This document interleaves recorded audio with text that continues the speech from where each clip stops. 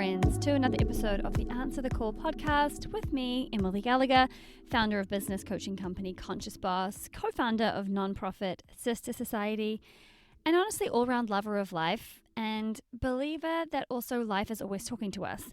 And I'm here to help you answer that call in your life. That's really what this podcast is about. It's about supporting you in answering these calls in your life, to listening to how life is really speaking to you individually, and really learning to trust those nudges, trust those leans, those invitations that life is giving you to grow and expand, and to really see where you're being called to show up in your own life for your own personal evolution. And that is really truly where I feel like we live our most powerful and aligned lives, because we're all put on this earth to live different ways, to have different futures, to experience different things. And it's when we truly start to trust that call of life and start to answer that call that we really get to tap into living our lives in the most beautiful, beautiful, abundant, aligned way. And that is my belief. And I believe that more and more and more every single day, as I learn to trust myself and trust life even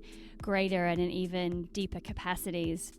And today on the podcast, we're talking about relationships. And this is one of my favorite conversations to talk about. And, you know, it was at the end of last year when I went through my breakup and I had come back from Hoffman. And I was a really good friend of mine, beautiful friend of mine, Christine Hasler, and her husband, Stefanos, put this program together called Be the Queen. And it was just a really healing experience for me to go through as I was going through this breakup, and really utilizing the pain and the lessons to actually make sure that I grew from the breakup and actually grew from what I was going through, and actually had that support and that container and that experience to really deep dive into myself, into why I was calling in a certain experience, into healing previous, past, other experiences, childhood experiences. You know, in the realm of relationships, it really is a beautiful, beautiful invitation to growth for us. And that was why I jumped into this program with today's guest and his beautiful wife, Christine. And so today on the podcast, we have the amazing Stefanos, and he is really a beautiful space. I really enjoyed working with him, and he's such a loving, beautiful space of celebration and acknowledgement and seeing the feminine, and also really bringing a beautiful masculine approach to, you know, the work that we do as women in these relationships. So whether you're a woman or a man, this podcast is definitely for you. And I want to just introduce Steph a little bit more so you have a little bit of background into the magic of this man. So Stefanos has been immersed in deep men's empowerment work and the exploration of intimate and sacred relationships, underlining sacred there because he speaks a lot about this on Instagram.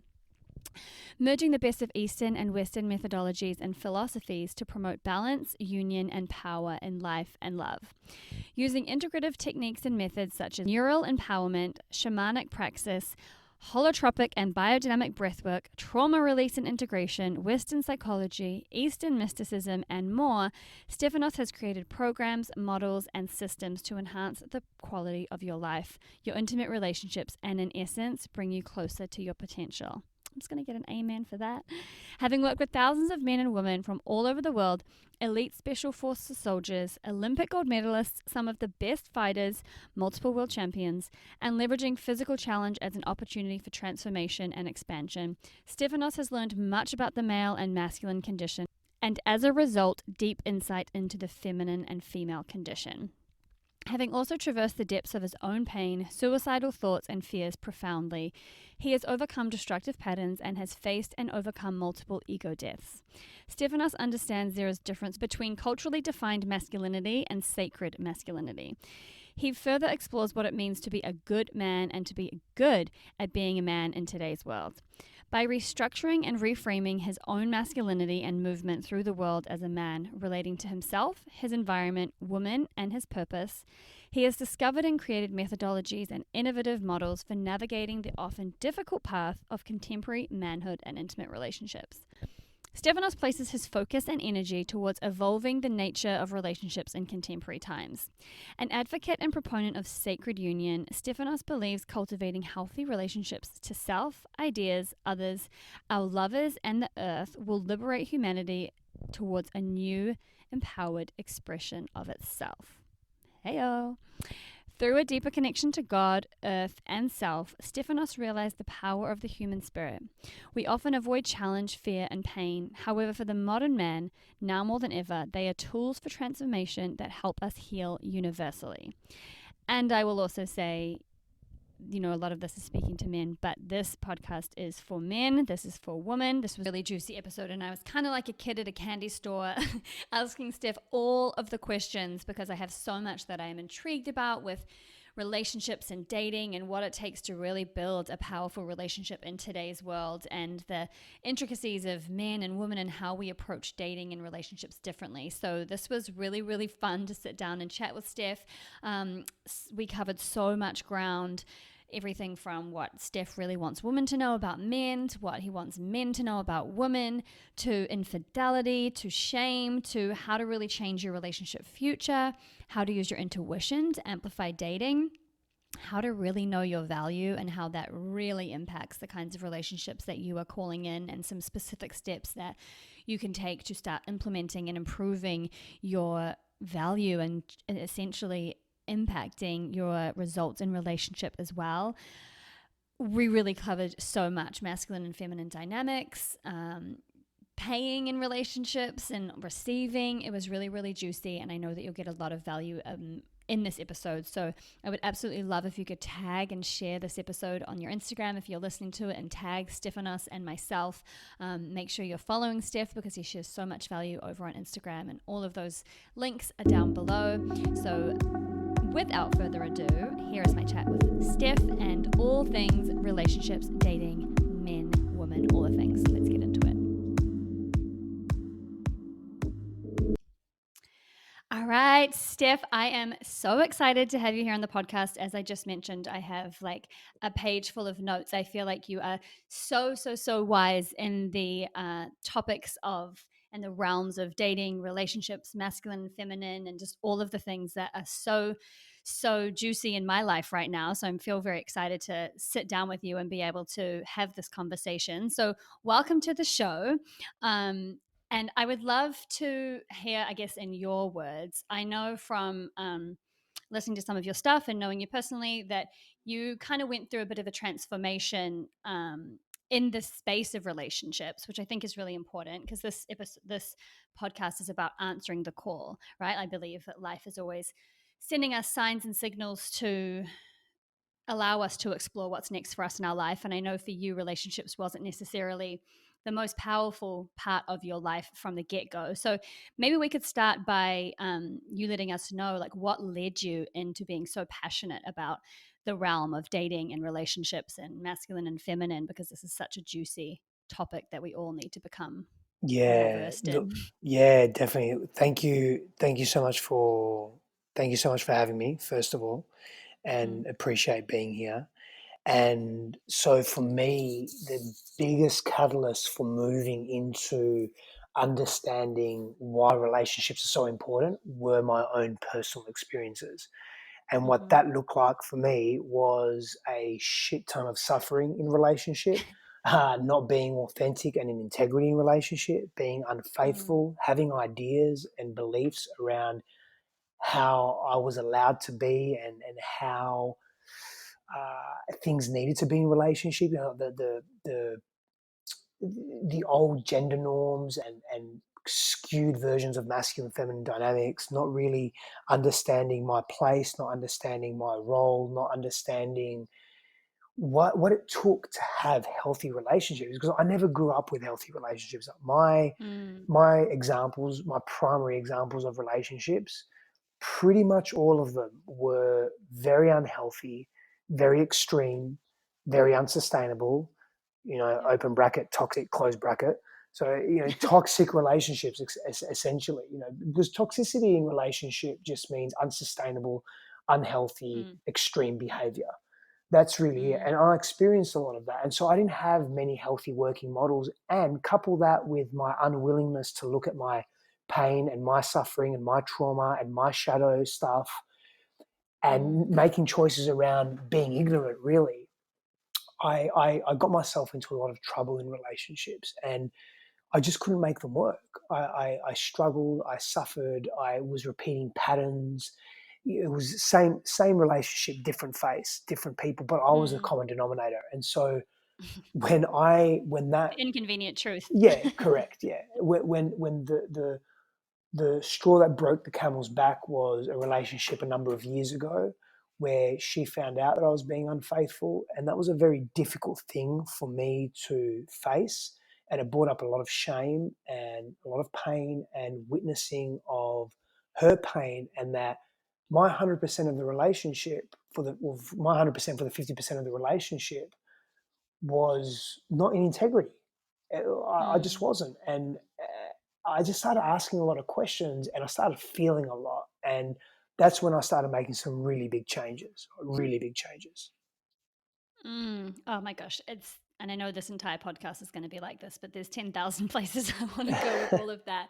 And I think one thing that is for sure is that most of us, which is really a sad truth, most of us haven't had powerful examples of relationships in our life. You Mm, know, like I grew up with a very, you know, pretty dysfunctional example of relationship, which is kind of became more to my attention recently, the actual gravity of it. And that's not a blaming thing, but I think one of the things is really realizing how impacted we are by our family system, which I think is a ton, a rabbit hole we could definitely go down. Um, but I think a lot of us haven't had the actual examples of what a powerful relationship actually looks like. Like I can think on I can count on one hand, even today in the conscious, amazing circles that I run in, relationships that I actually think that I would want, mm, and I think that, you and Christine being one of them, a couple of my other friends being one of them. And, I think that people underestimate the importance of actually choosing a powerful relationship in your life. And then also that they require work. I feel like there's kind of this mentality that good relationships just happen. And, I know that you have done a lot of work to face off with who you need to be in order to call in Christine and also have that amazing relationship. And I know even myself, the amount of work that I've done, working with you and Christine right mm. now in your program. And what do you say to kind of people that think that just good relationships should just happen? Oh, good relationship. Nothing just happens per se. And if it does happen, well, so here's the paradox. Nothing just happens and everything just happens. And so Right. the premise behind what I'm saying there is that if we allow our unconscious beliefs, models of reality, values, and the way that we view ourselves in the world, the way that we give and receive love to permeate our existence. In other words, if we don't deal with the stuff that's really strong in our field, that's affecting how we think about the world and ourselves and that drives our actions, then the likelihood of good relationships happening are going to be very, very minimal because we're Mm. generally driven by survival. And so our fear centers are going to be active and we're going to be in survival mode and protective mode. And so we're usually protecting ourselves from trauma or pain or difficulty that we've experienced as young people. And so, good Mm. relationships, really healthy relationships, are a product of effort, attention, Mm. deliberate intention, and awareness around what we actually want and desire. And what we need in order Mm. to have a healthy relationship, how we define a healthy relationship. That requires effort, that requires awareness, that requires us thinking about what we truly want. That requires clearing a lot of the past that is driving so Mm-hmm. much of who we are. And just to give some substance to that very quickly, is we have 60 to 70,000 thoughts a day. The vast Mm-hmm. majority of those thoughts, so 95% of those thoughts are unconscious, and 95% of those thoughts are recycled thoughts.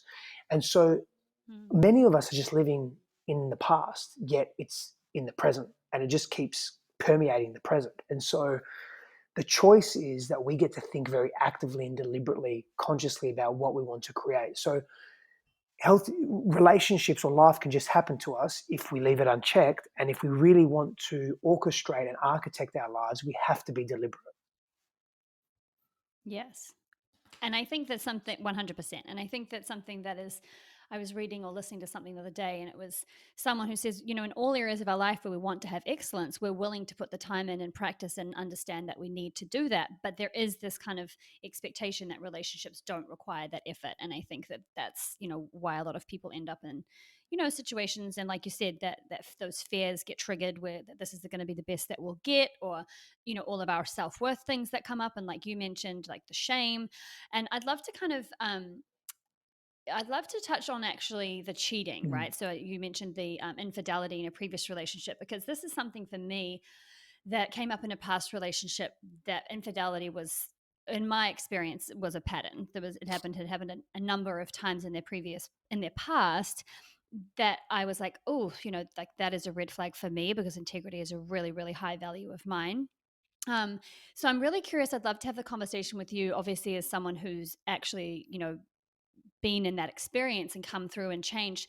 What would you share or say about, say, for example, women out there or men out there who have met people that in the past that's happened? What would you say about when that would maybe be safe to enter into that consciously, knowing that that person's kind of done that in the past?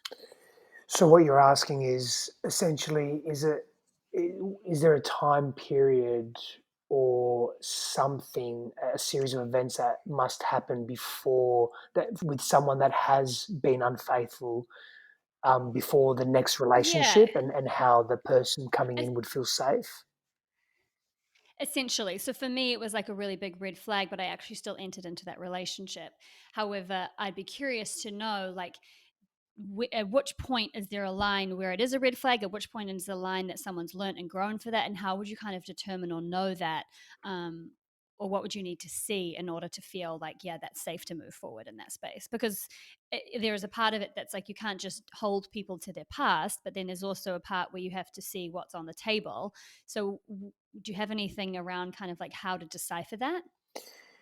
And this could be infidelity. It could also be other things, other ways this person maybe has shown up in the Yeah, past that now is, it doesn't have to just be yeah. infidelity. So when someone has, essentially, if someone is still in their shadow behavior, if someone hasn't got Hmm. awareness of their past, if they're still hiding, if they're still in secrecy, if depending on what Mm, their core wounding is, if they're avoidant of intimacy, if they still carry a lot of shame and guilt, if they're disregarding of others, if they're hiding their phones and their passwords and their computers still, mm, um, if they have a carelessness about them, if they have an arrogance about them, these can be warning signs. hmm. Right. If there is a disrespect and disregard for the feelings of someone else, and so if they lack empathy and lack compassion,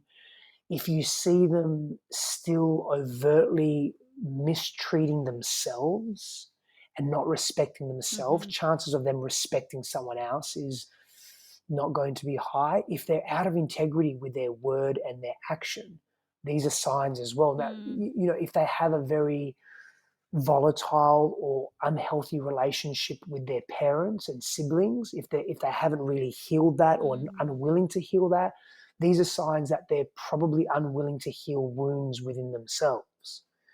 And again, these mm, aren't cut and dry signs and yeah. signals. However, if a few of these or many of these start to stack up consistently over time, these can be warning signs. And so a natural question to ask is, well, how do you figure that out on a first date or on a first few dates? You know, Mm, for the ladies out there, you have that superpower of intuition mm, and critical discernment as well. And if you drop into your body, you drop into your heart, you can ask yourself, and you don't have to know this consciously, but you can ask, is there a matching here? Are the words matching the actions? Is there a disconnect in what's being said and what I'm feeling? And the subtleties of someone's behavior as well. Are they clear in what they're doing and where they are? Are they clear in how they're communicating? Are they flaky in their commitments as well? Like, you're noticing these things and asking key questions as well. Like, literally be very upfront and honest. And I'm not saying on the first date, but be upfront and honest, and maybe share vulnerably about your past and some of the things that you've worked through, and ask. And maybe you don't even have to ask, or you can ask directly to reciprocate. What are some of the wounds and pains that you've experienced? And if they're very reluctant to answer and respond to that, it's potentially giving you some insight into where they're at within their own personal growth journey. Mm.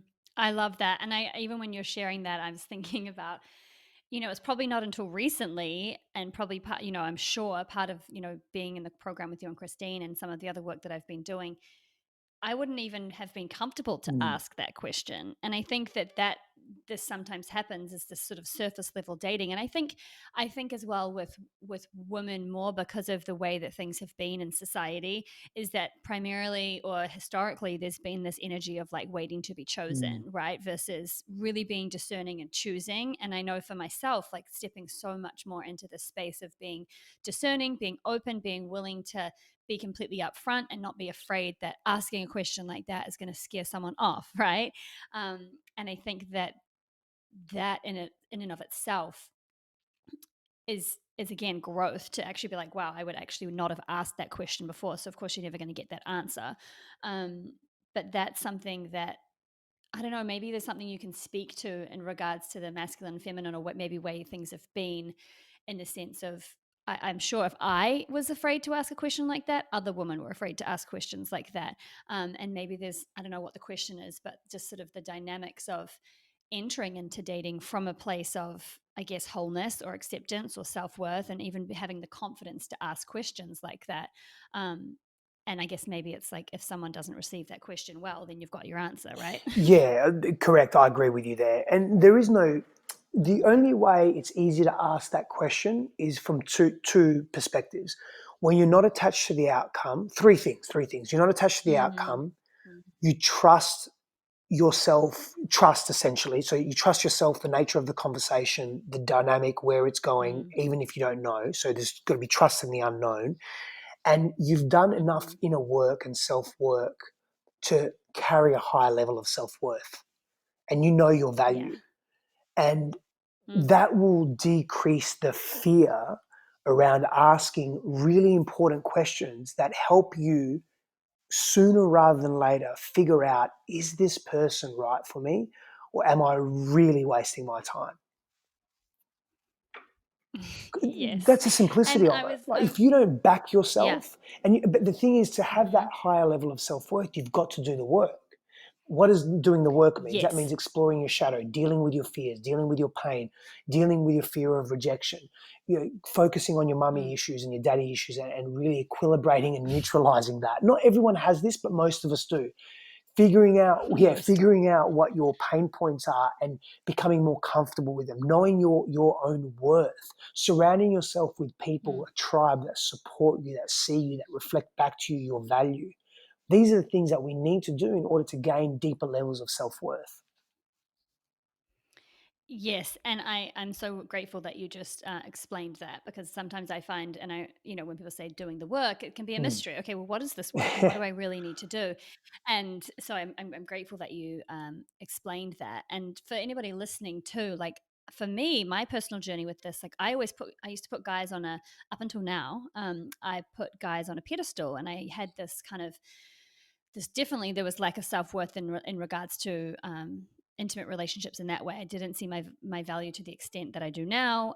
Didn't see my value to the extent that I do now, and kind of just would be more in the sort of pleaser Mm. energy and kind of choose me energy. And again, I do think a lot of women have that just because of, historically the patriarchy and all the things that we're probably not going to dive too much into. But, and it has been a lot of work and a lot of focused work on really knowing that I want that area of my life to shift. And, a lot of looking at all the ways that I have been impacted. And, you know, this would be a great thing for all of you to do is to look at your relationship dynamics, and I'm sure and work with someone like Steph to have that support.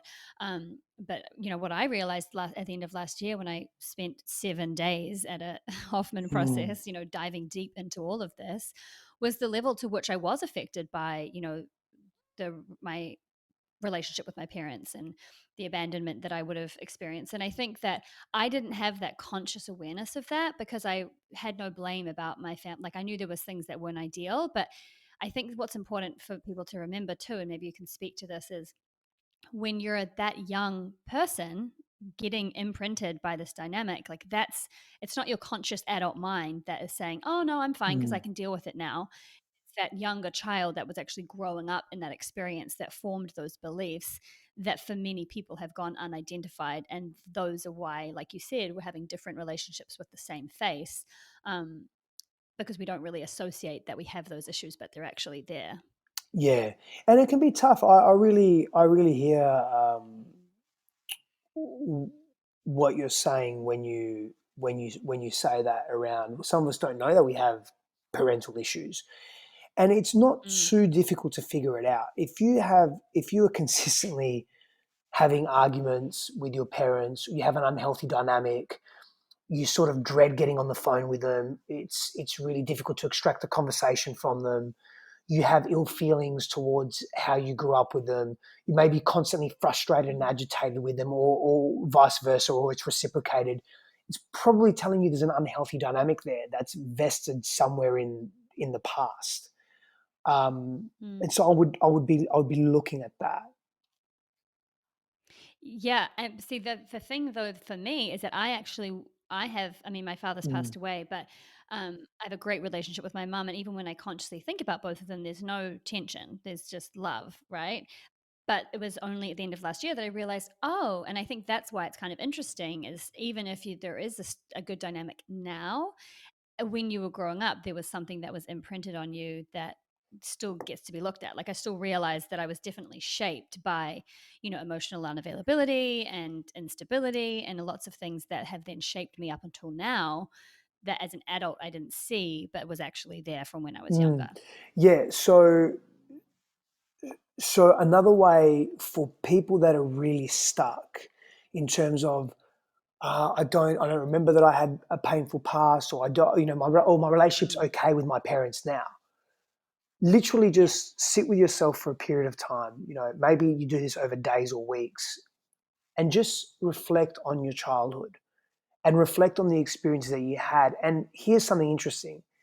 If you can't remember a lot of your childhood, that could be giving you Mm, some insight into why you're blocking a lot of your childhood out.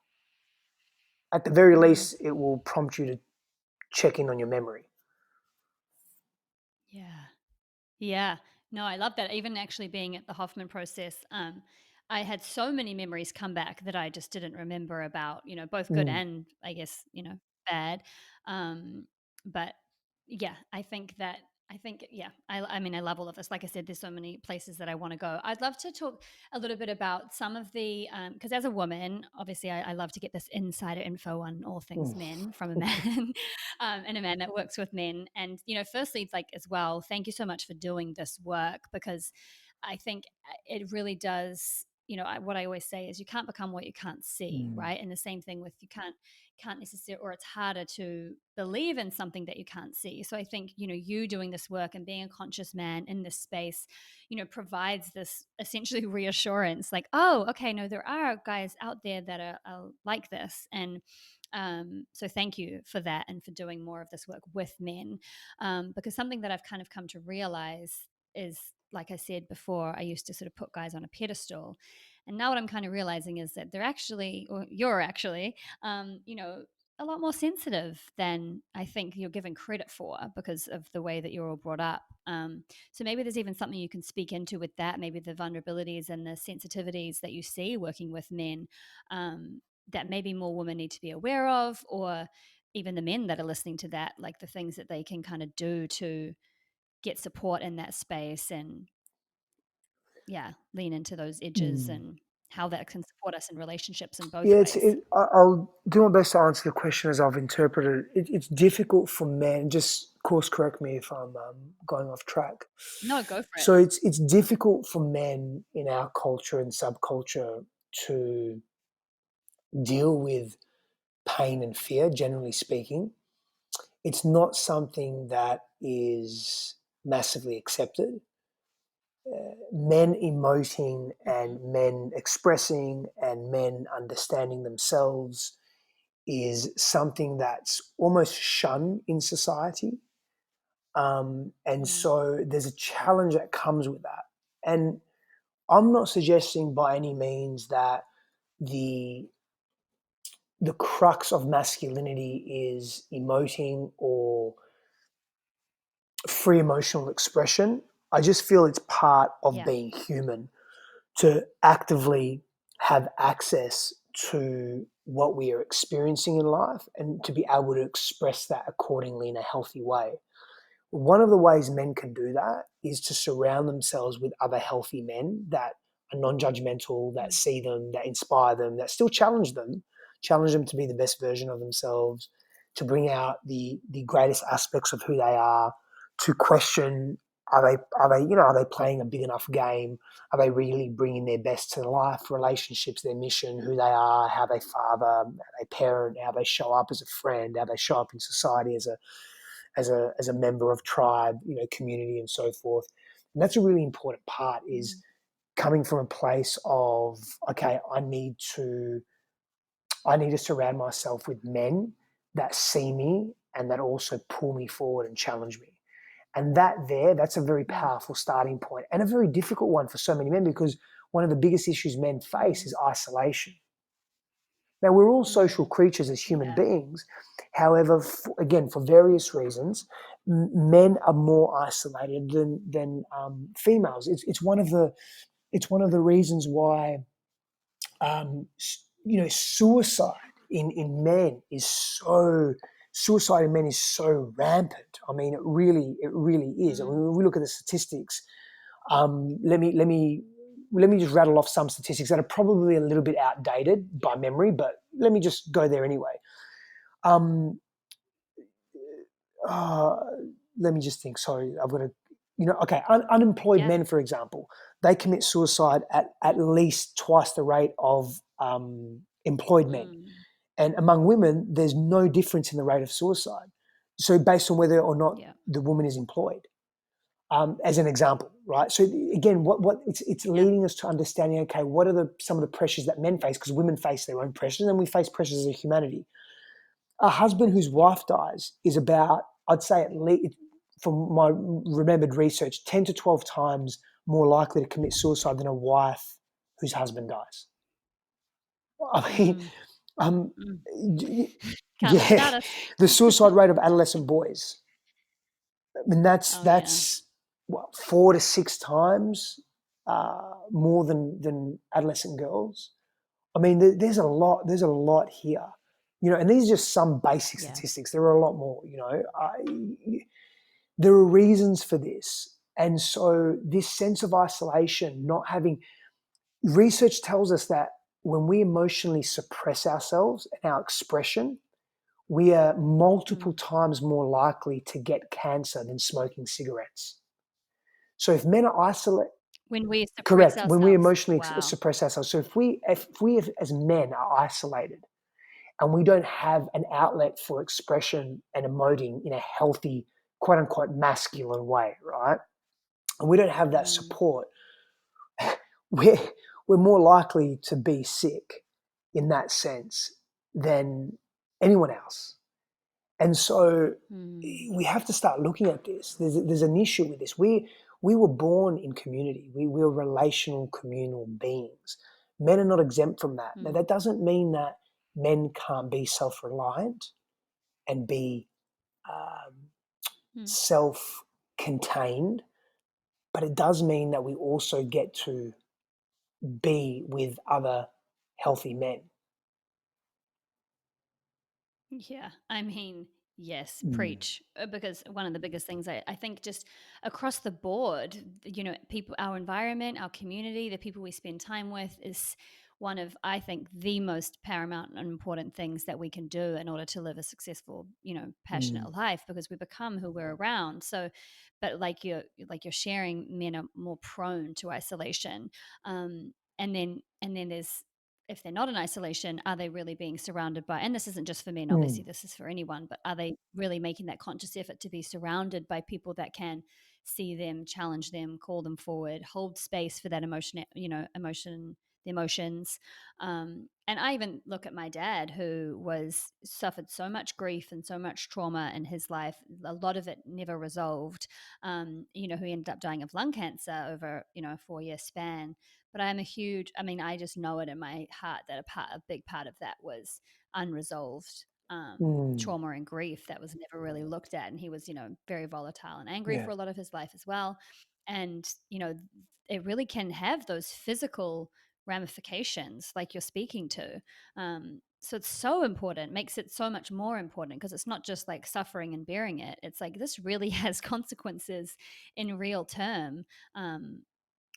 Not looking at this stuff and not managing this stuff and not making it a Yeah, yeah. priority. You'll see that men will generally go one of two ways. They'll either be violent and volatile out in the world, or Mm, they'll minimize themselves and hide from the world. Generally, and mm, this is on a spectrum, and there's yeah, everything else in between. of course.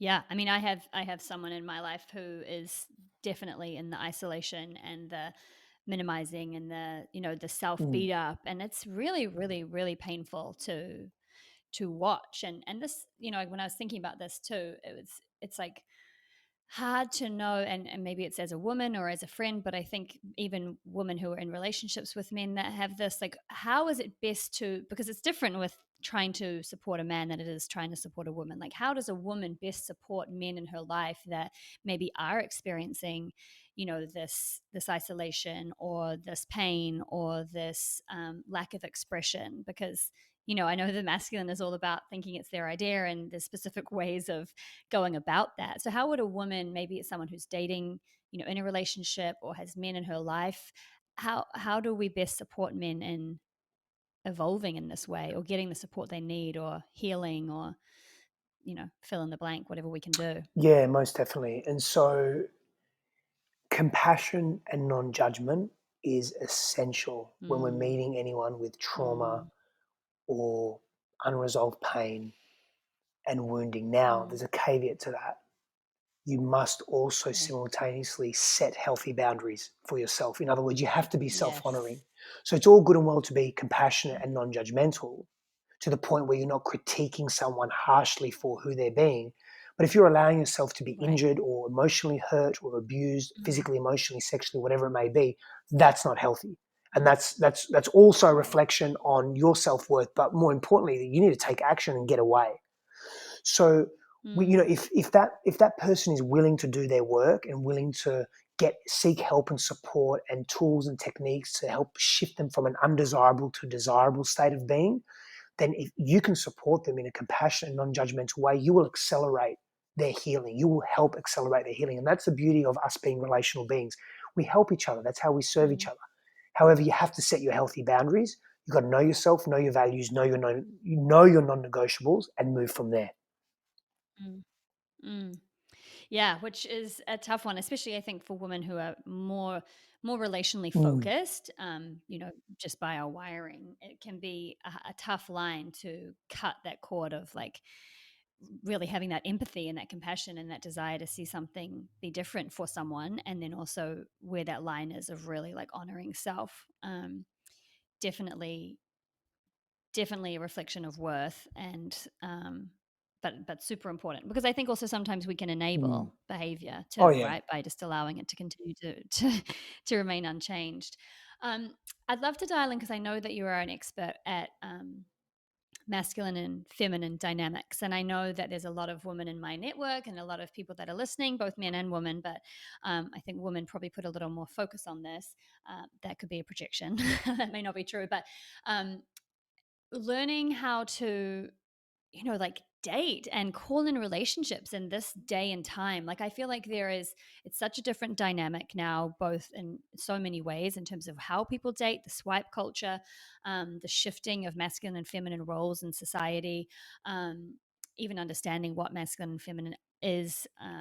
Just all of these different things that have been thrown into this whirlpool of like trying to find an amazing partner in this world.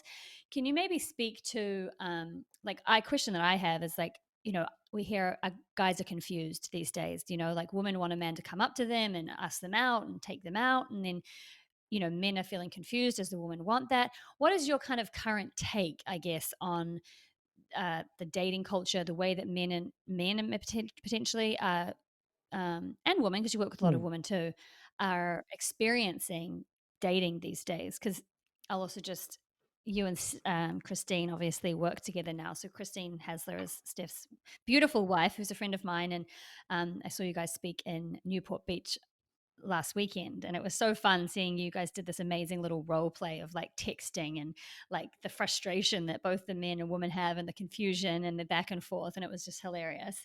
So maybe you could kind of speak into a little bit of what you see on both sides of the dating dynamics in today's world. Yeah. So what I'm seeing in today's dating dynamics is isolation, is fear Mm, around leading, fear around being led, fear around mm, choices, fear around setting healthy boundaries because there's a scarcity mentality. Are there really many good men or good women out there? If I set healthy boundaries, I'm limiting yeah. my pool of accessible men or women. And what does that mean for me? And I better just be a bit looser around my healthy boundaries. So we're compromising our values, compromising ourselves. Mm, That's not healthy. mm, So that's happening massively. oof, And we're losing ourselves in that. I'm seeing this mm, fear around, am I ever going to be with anyone? Am I ever going to meet anyone? This fear around doing work, like doing the work, effort in relationship. People have this unrealistic idea that, oh, it's going to be smooth sailing. It's just going to be easy. Now, I'm all for flow in relationship, and absolutely it needs to be yeah. like that. However, challenges are going to arise in relationship, and that's okay. Mm, That can be mm, healthy. It's how we deal with the challenges. But this expectation of perfection, this Disney version of what love and connection, intimacy, dating, relationships are, it's skewing our ability to remain in a space of, oh, I'm in a relationship and I'm being challenged. How can I grow from this? Instead of asking those questions, we're saying, next one, let's swipe now, swipe, swipe, swipe, swipe. We're addicted to the hormonal rush of the honeymoon phase. Again, right. there's nothing wrong with if you're the type of person that just wants to be in a relationship for 6 months to 18 months. Once the honeymoon phase wanes off, and sometimes it's longer than that, or sometimes it's shorter, then you move on to the next person. That's great. But we're lacking this transparency Mm, and clarity about what we want, and then expressing that to potential partners because we're fearful of rejection, particularly men. We're fearful of being mm, abandoned. We're fearful of being judged, and so we're presenting these fake profiles online. And when I say fake, to the extent that some people are putting completely different photos up that aren't even them, they're different people. It's fucking absurd. wow, We are not taking ownership of that's who we really are. insane. There's this epidemic of low self worth. Um, I'm so glad you're recording this, actually, because I'm really ranting right now. I don't even know. I mean, I'm really good. Yeah, Go, babe. but Go. Do it. I haven't really. No one's ever asked me that question in that way, and I've never really responded in this way. And I'm sort of listening to myself as I'm Yeah. talking. I'm thinking, fuck, dating's hard, but it is because we're not being ourselves, and we're not stepping into Mm, responsibility and ownership of what we want, and we're not being clear with what we want, mm, and so we're playing these games, mm, both men and women, and then we're justifying mhm, our actions by, oh, because I did this a lot. Oh, what they don't know won't hurt them, and it's okay. Oh, we're just at the mm, beginning stages, or we've only been dating for 3 months, or we've only been dating for 6 months, or I don't need to go there and tell them that, or I don't need to make this effort here because we're not really connected. It's like mm, we're mm, losing this ability to go. We're scared of intimacy. We're scared of intimacy and connection. We're mm, losing our ability to actually go there. mhm. And I think also the humanness, like I feel like especially with the swipe culture, it's like there's this lack of humanity that's entered the space where it's like you just said, oh, I've only been dating for this long, or what they don't know don't hurt them. And it's like we've lost this kind of honoring, I think, as well, of like the other person, and that they're just a, because we do have this just next thing, and there's no real connection, and we're just kind of like moving on and not really like giving respect to the fact that there's a person on the other Mm, side, and that there's feelings and just integrity in general. Like you say, like it just blows my mind that someone would be on there and then have a different photo or like lie about their age, and I'm like, this is going to come out at some point. Like, what's happening here? This is wild to me. Me too. Um, I mean, yeah, and I mean, I just had an experience recently with an ex that was very eye opening to me, where I really saw, in a way, like, just, and that's why I wrote down just now when you said, especially men, in terms of fear of rejection, because I think that's really interesting.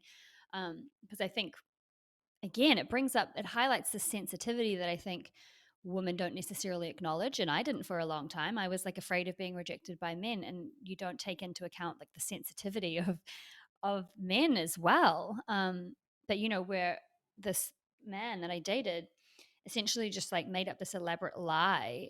Once my experience was, once I didn't sort of reply in a certain way, and I was like, oh, that's really not true what you just wrote, but okay, like, protecting, right, and not being willing to just actually share what he felt or thought and Mm, be truthful and transparent. And it's like, it's really sad, because there was like, I was at a place where I was like just wanting that from him, and his inability or unwillingness to do it, created essentially the result that he was probably afraid of.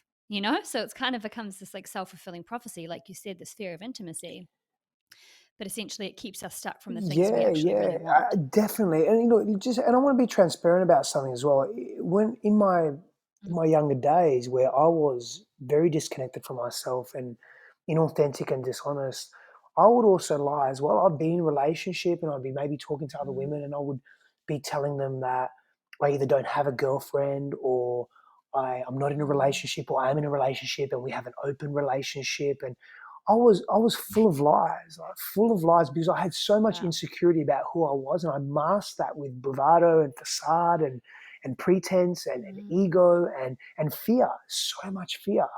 And I was mm, that. But that's a very common thing. We lie to protect our sense of self. This is it's mm, inbuilt into our brains. This is a survival mechanism, and if we don't become more aware of who we are in the world and what's important to us and the types of lives that we want to live, if we don't really take steed of that and be self reflective, we're going to continue to experience disconnection and dishonesty because we're lying to ourselves. mm. Which is the worst person to Oh, ever lie to, really. yeah, yeah.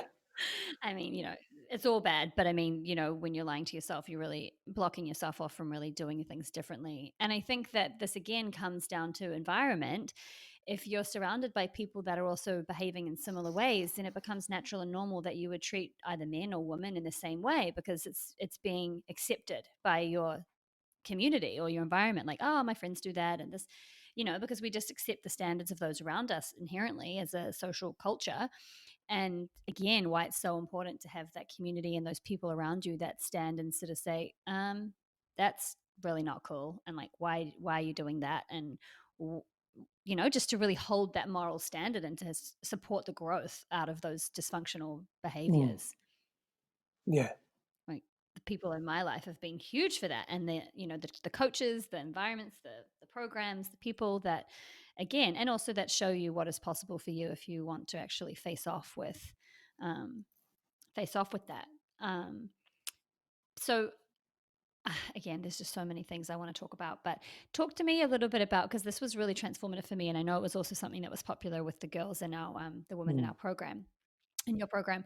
um, Something that was a block for me as like an independent woman, like that can takes care of herself and takes care of business and all of those things, has been for me like a learning that, to me, the relationship has been, as I've cultivated more self-worth in mm, myself, mm, and not tried to be the boss and be the moneymaker and be the person that is trying to achieve in order to feel mm, worthy, to bring that to the mm, table, so essentially very masculine mm, driven. um, I've sort of come to realize that I actually really want someone in relationship who is, that more masculine provider energy, the one that, it's not about, but so this for me, the block has been like, even as I say that, like, I feel like this fear of like being judged for like trying to take someone mm, for a ride, or be this helpless woman who just wants a man to come and save mm. her. And, so it's been an interesting change for me internally. But I'd love for you to maybe speak to, because it was great in our call that we had around the desire for the masculine to provide, and also the desire for the feminine to receive, and the inherent sort of natures and the polarity, because you speak a lot about polarity, of that. So maybe you could speak a little bit about what polarity really is, and also why it's important in relationship for people to be aware of that. Yeah, sure. So the essential value of polarity is magnetism and attraction. So Mm, if we don't have polarity, that we're not sounds good. attracted. It's contrast. It's Yeah. as simple as that. So let me give you an example. Food becomes more attractive when you're hungry. You have the Right. contrast of being hungry, and food satisfies that hunger. Contrast. Hmm. When we're talking about relationship dynamics, which are far more complex, of course, so far more complex. Let me reiterate that. Just a Far smidge. more fucking complex. Because you're talking about development of language, the different parts of the brain that are evolving. You're talking about childhood wounding, the unconscious mind, the conscious mind. You're talking about values, beliefs, models of reality, ways that we do things, habits. Oh, fuck. I mean, it doesn't. Surprised we ever get Yeah, it right with yeah, all the yeah. Well, that's what I'm saying. Like, and that's why yeah. most people don't, because it's effort, and people just don't want to go there, Right. right? True. True. Hmm. So when we're talking about the complexity of relationships, and it's also not that. I want to say it's also not that massively complex, right? Um, Yeah. It's like it's complex, but also so simple at its core, but yeah, it's an intricate dance. yeah. Yeah. I want to say yes to an extent. That's very true. It is an intricate dance, and it's also massively not that complex. Um, Mm. so if we're talking about polarity, right? Let's talk about core essence of masculinity and core essence of femininity for a moment. And so if we're looking Mm-hmm. at the primary driving force of what it means to be masculine, we're looking at the direction that the masculine has in life, one's life mission, one's, I don't want to use the word obsession, but finally attuned focus on what's important in giving the world, the external validation, the external giving to society, to community, to tribe, whatever it may be, right? And remember, masculine and feminine energies reside within all of us. The Mm-hmm. truth of it is that we're going to find that most women are going to be more comfortable and more aligned with having a core essence of femininity, and more men are going to be more aligned with having a core essence of masculinity. And we're afraid to say Yeah. that because it borders on the line of, well, are we talking about nature? Is that nature versus nurture? No, but biology plays a part. Biology and culture and upbringing, and again, all the complexities and all the layers play a part. They're not the whole story, but they play a part. And so if you're talking about the primary driving force of the feminine is driven by emotions and intimate relationship. The feminine force is about opening to love, giving love and receiving love. Now, if you have two people in an intimate relationship, irrespective of their gender, right, and they both are focused, they both have a core masculine essence, and their primary driving force is life mission, direction, vision, clarity, rigidity, unwavering purpose, physical strength and presence. When we're talking about the physical characteristics and maybe the energetic of a masculine, we're talking about we're talking about two people that, yes, complement each other at some level and they resonate, but after a while they burn out because they're not contrasted energies complementing each other in that way. They're complementing each other in the way of similarity, but that's short-lived. Because when you're talking about Mm. magnetism, we're talking about a positive charge and a negative charge. That's how the magnet sticks. It's the same with these Mm. contrasted energies. We live in a reality of duality: up, down, left, right, dark, light. Like, we live in that reality in a 3D world. And so when we're talking about contrasted energies, when we're talking about symbiosis and reciprocity and harmony and flow, we're talking about movement through life. We're talking about having to have contrasted energies working in harmony with each other.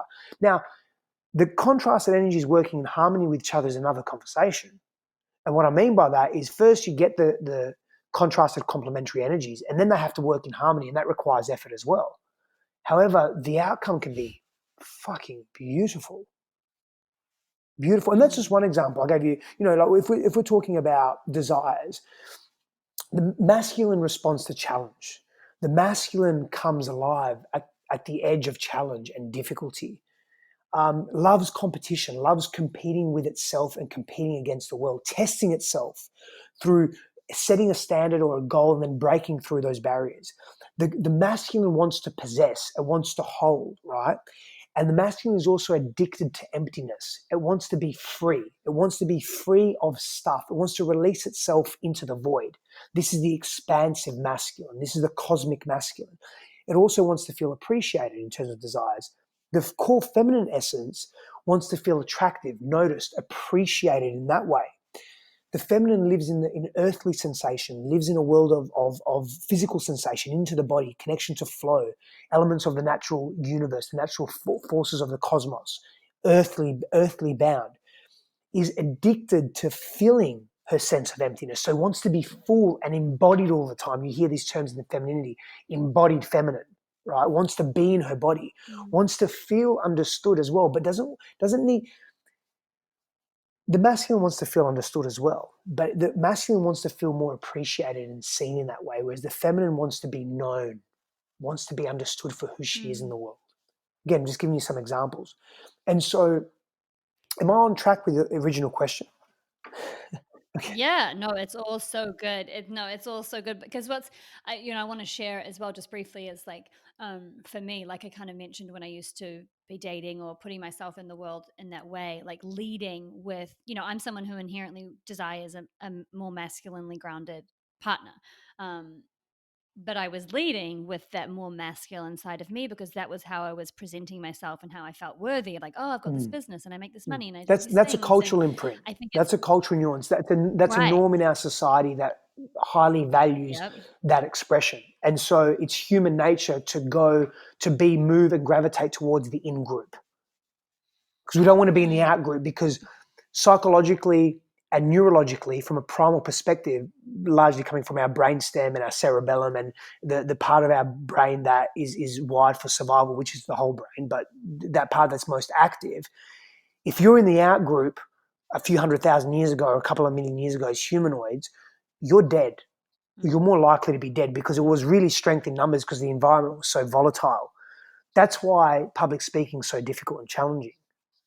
Because if you say one wrong thing or something that goes against the majority of the crowd, it feels like you're about to die because your brain's saying you're going to Yeah. be in the out group. That's not healthy.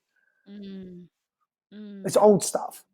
Uh, well, this is so. I was having a conversation with our mutual friend Alexi yesterday, and we were talking about essentially the journeys that we've been on to, which is exactly what you're saying, but redefine our own sense of Mm, value so that it's like, this is really like the reclaiming of the feminine. And I think it's really important for women who are wanting to attract masculine men, which, based on in our program, when you asked that question, everyone was just yes, yes, yes, yes, yes, yes, yes. So again, it's kind of like you say, primarily most men are masculine essence, primarily most women are mm, feminine essence. That's not 100%, but it's yeah. general. And generally we want that polarity. So with the masculine man wants the feminine woman, the feminine woman wants the masculine Mm, man. But again, when we're not in ownership of, like for myself, I wasn't in ownership of the inherent value and the inherent nature of, like, that, well, yeah, value of the feminine in me, the flow, the embodiment, the receiving, that I was not a space to really even mm, call in that mm, masculine man because I wasn't presenting or leading with that, or even knowing that that was mm, enough. And I think that's a thing too. It's like, am I enough for the man that I want? That was a story I used to mm, have, but I was not in ownership of, like, yes, that feminine essence for a man is like so amazing. But a lot of women haven't connected to that. And it's a journey. I'm only at the beginning of it, but it's a huge context shift for me in how I look at dating and how I present myself and how in ownership I am of myself yeah, too. for sure. And that, you get to work on a heap of stuff around, your own self-worth. And and who Mm-hmm. you are and how you want to present in the world as a woman as well, as a person, just as a Yeah. human being. And that's absolutely. And that's it was I was having a conversation with my friend Siana the other day, and we were saying, isn't it just crazy how hard it is, or how, not necessarily how hard, but how much work we have to do just to get to a place that we feel that who we are as we are is just enough, that it's How do we get to okay. that place? Like that's well, no, the fact that we have to, I mean, yes, you can definitely answer that question, but I just was more pointing out like how crazy it is that we live in a world that we actually have to do so much active work to get to a place of self-worth just inherently in who we are. Like we have to work to get there. Like I have had to work to get there. Oh Do you yeah, know what I mean? Like that's wild just to get to the place where you're kind of like, "Oh, I'm actually pretty awesome or even pretty yep. okay." Like the amount of hours that's been spent to even get there. It's just wild. Um but maybe you can speak to some of the like if there's anything that comes to mind that, how people can cultivate that. Feel How they free can to cultivate deeper levels share of some things. self-worth. Yeah. If there's anything that's on your Oh, mind. plenty. Let's start. Let's start. Let's start with this. Let's start with observing how you speak to yourself, because it begins with awareness, right? There's no Mm, point in providing tools and techniques and practices and ways of being right. if we don't have awareness. It's like, let's look at where we've been to figure out where we're going. And at the same time, you can look at where you want to go without looking at where you've been. However, where you've been leaves a bit of a trail. It leaves clues with respect For to sure. who you are and what type of capacity you're going to have to create what you want. Because if your foundations aren't sturdy, and if they're not, and if you haven't really cleared what doesn't serve you anymore, and you're still reliving that in unconscious ways through the actions and the actions you take in the relationships you have, essentially you're just going to you're going to keep creating the past that you don't want. And so it's important to pay attention. Okay, who are we being and who have we been? And so, in terms of self worth, notice how you speak to yourself. Is there a harsh tonality when you make a mistake or when you do something quote unquote wrong? Do you often think to yourself, you're not good enough for that? Are you a really low risk taker because you don't believe in yourself? Or you don't think you've got the courage or the skills or the access to resources or whatever to be able to achieve something that you really want? Where do you come from? What is it? How do you speak to yourself? How do you how do you communicate with yourself? How do you feel about yourself? Do you give to yourself regularly, or do you deny yourself of pleasure and joy? These are good places to start. Is just observing how you treat yourself, just in general. You know that old saying. There's a Mm, saying. If I spoke to myself if I spoke to my friends like I spoke to myself, I'd have no mm. friends. I think that's Yeah, true for most of us. So we're our for own worst sure. critic, right? And there's lots of reasons for that. And shifting from that space, I think is one of the greatest journeys we can take. And that's a starting point. I just think, just start there. There's no point in me giving you providing Yeah. 7 different techniques. Do that for a month. Do that for at least a month where you, set an alarm on your phone every hour and just reflect on that hour. If you're serious about this, just reflect on that hour. How have you Mm, spoken to yourself? And remember, there's 70,000 thoughts that we have in a day. So, there's a lot to reflect on, but right. just roughly, just think about, okay, did I have an encounter, an experience then with someone? What was I thinking in that experience? Was I speaking to myself negatively? Mm, Was I down on myself for not taking a risk? Was I blaming myself? Do you use blaming and shaming and judgmental language? I want to know about that. Do that for a month. Record mm. that for a month for every waking hour and graph it out if you want. I mean, that's more of an analytical process, but you don't have to do that per se. But just pay attention to your thoughts. At the end of the evening, be Yeah. reflective on the day that you had and ask yourself, have I really been nice to myself today? Have I been mean? Mm, When people hear something else, when people give you something, if they give you a gift, are you, no, no, no, I can't take that. No, no, no, it's okay, it's okay. Or when they give you a compliment, do you mm, deflect? Are you one of those people that says, "Oh yeah, but anyone could have done that"? Oh yeah, yeah, it was nothing, it was nothing, it was nothing. It's all good, it's all good. mhm, Because if you're deflecting, what's it mm, saying about your self worth and your ability to mm. receive? Oof, yeah, which is the receiving piece is so Yeah. juicy, especially I think for a lot of probably both men and women, but I'll speak from my experience with myself and my friends. It's a journey to learn how to do that, and I will just echo back what you said and underline it in a sense, like with the self worth being such a valuable journey to go on, and I would say it's the single most important Yep. journey to go on because it's the center point of Yes. Yeah, everything else, receiving is particularly and difficult for people, and again because we have a mm, low self worth society, low self esteem. I'm not right, enough. Particularly difficult for women, and yeah, yeah, and those that are in their core essence of femininity, because receiving is a feminine energy, and we live in a society mm, of which it's a paradox, right? It's interesting because we live in a very selfish society, which is by default sort of receive. I want more. I want more. I want more. Yet we don't. We feel guilty for the receiving, and we need more of the receiving.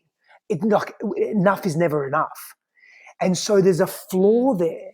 This is the paradox. This is the oxymoron. There's a flaw there in our ability to receive, and when we do, it's almost forced. And I'm generalizing, of course.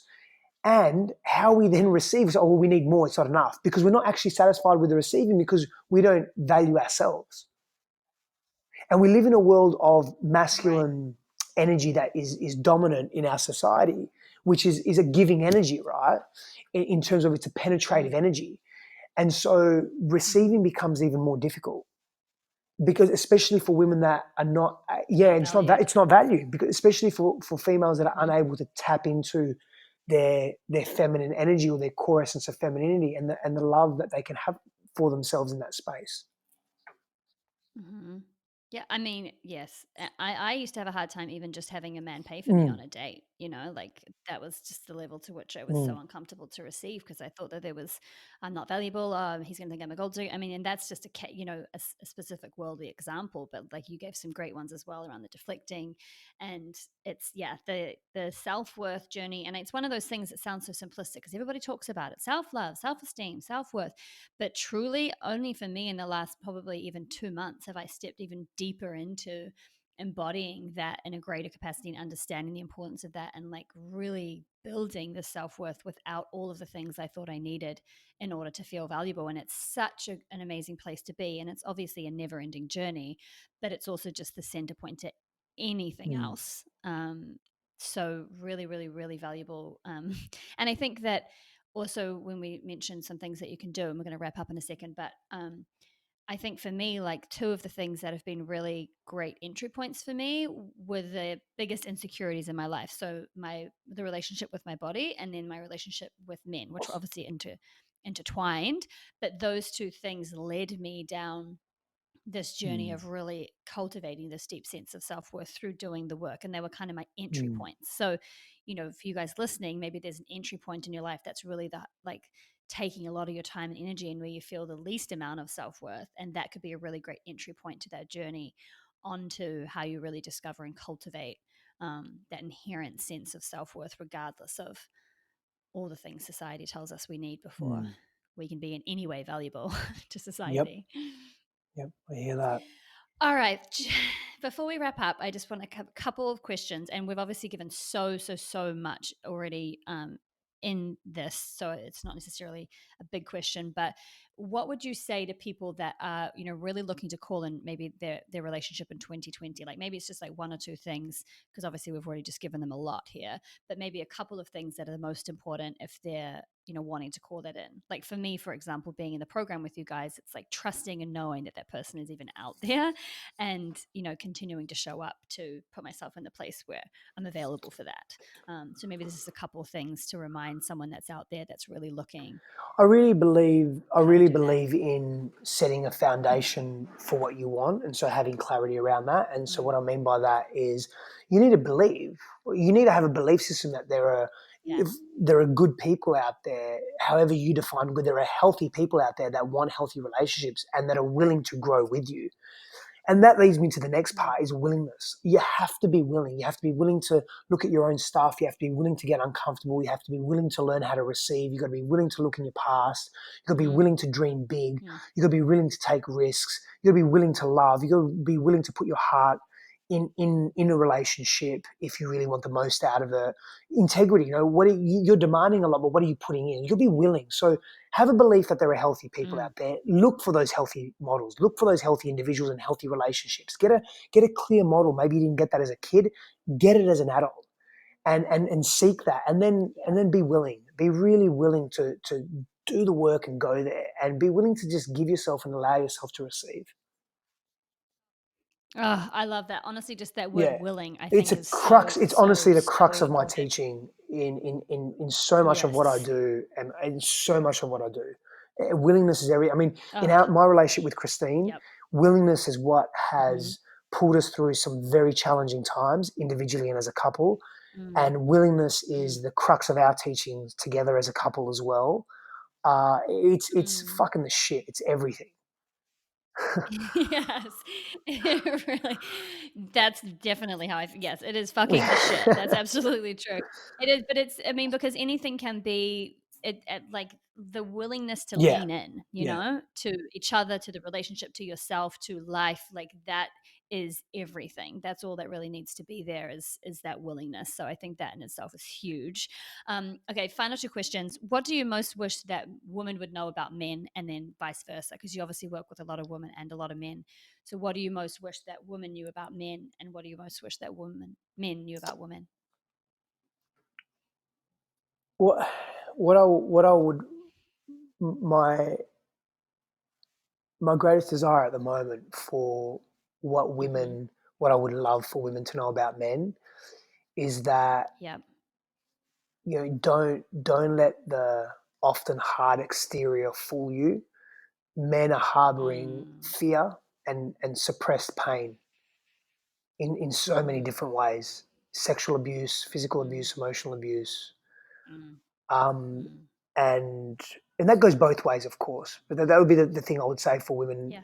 around men, and for Yeah. what I really would want men to know about women is that they are learning to trust again, and we need to fucking be patient, Mm, and we need to be compassionate mm, and hold that space and keep doing our work and keep showing up. But just know that women are really learning to trust again in different ways, and there are some pioneers out there, yourself included, mm, and my wife included, and so many other women that I know that are just mm, are saying, "We love you, we love men, and we forgive you, we forgive mm, ourselves, we just forgive," and they're coming back into trust again. And we need to be patient as men, and mm. that's really important. Oh, that's beautiful. That brought a little bit of tears to my eyes. Mm. I love that. I love that. And again, I just want to acknowledge you for being such a beautiful stand for both men and women and harmony between us, and for really leading the charge and supporting men to, come back home to themselves, to accept themselves, to do whatever it is that they need to do in the way that only a man can lead that. So I am so grateful to you for all the men that you're helping and all the women that you're helping, and just really, really in deep reverence for the work that you do, and really grateful to have such an amazing male role model as well in my life. So thank you so much, Steph, and thank you so much for being so generous and open today. Thank you so much for having me. I deeply appreciate it. Okay, and just perfectly before I forget, where is the best place that we can get a hold of you? Who do you work with? What's the best way that people can get really, really up into this work? Because I know we really only just touched the surface of what you do. And I know that you're like doing your shaman training and so much in person physical work as well. So, how can people get access to that? And what's the best place for people to come Yeah, find for you? sure. So, of course, you can go on my website or any of my social media handles, Stefanos Safandos or Yep. stefanossafandos.com. Which is, But I want to direct you to my website, and soon, this will probably be released before the actual proper page will be up. But you can access this on my website. I've got a free quiz that I give people that is basically identifying your love block. And remember, we spoke about that awareness piece being oh, the first and initial piece that's the most important before you can implement tools and techniques. This quiz, it's a yeah. short quiz, but it's super comprehensive and it's so detailed. It helps you understand what is your biggest love block or love blocks, and actually provides you with tools and awareness pieces to help move through that. And that's something that you can find on my website. stephanosophanos.com. But it will, in a couple of months' time, or probably less actually, in a few weeks, it will actually be on a different URL, but I just haven't organized that just yet. Yeah. Perfect. Well, we'll have all of the links down below. And obviously, if people follow you on Instagram, then they can get all of the updated for when Of that's live, because course. that sounds Yeah. amazing. And I would like you to DM Of me that as course. soon as Yeah, it's yeah, live. absolutely. Absolutely. I love it because, again, that awareness is so Yeah. powerful. All right, Steph, thank you so much. I appreciate you. And everybody get on Instagram and follow Steph as well, because he shares a lot over there and a lot of really epic value. So make sure you go and do that. And we'll see you on the flip Thank you. side.